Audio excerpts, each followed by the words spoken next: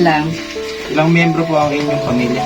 Ah, 10 kami. Hindi ko lang alam kung ilang piraso na yung mga papamangkin. Ano po ang trabaho o pinagkakakitaan? Sa ngayon, wala kami pinagkakitaan at hindi na kami nakakatrabaho. Ano po ang pinakamalaki problema sa inyo? Nararanasan? Ang problema namin, pagkain. Yun. Lahat ng buwan. Pera, siyempre. Nakalaw yung kanyang asawa. Ilang beses po kayong nakakait sa isang araw? 3 beses sa maghapon. Nakakaraos sa oras-oras. Maliban sa bigay-bigay ng mga kapatid. Paano niyo po kinakaya ang inyong kapansanan? Nakakakaya na kahit pa paano. Alang magawa. Dahil gawa ng ganito na ang buhay namin, dalawa. Maasa sa kapatid.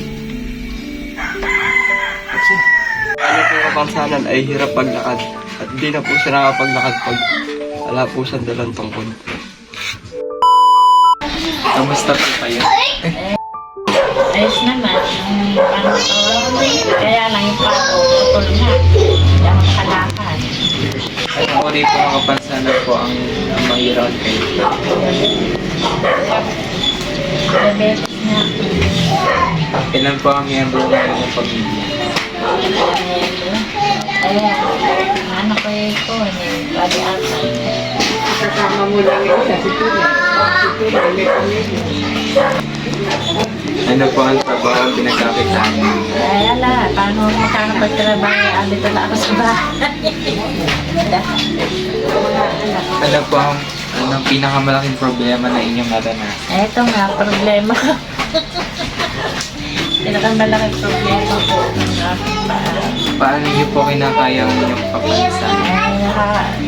Naka-umupo ako, kaya gumagawa ng paraan sa buhay. Ganun. Nagagawa din ako.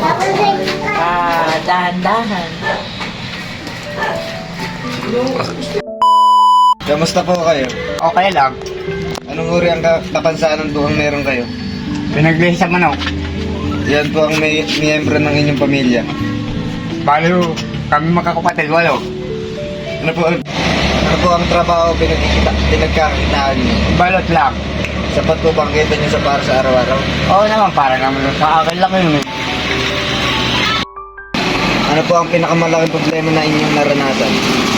Naranasan, nagwawala kasi. Ha? Nagwawala siya? Nagwawala.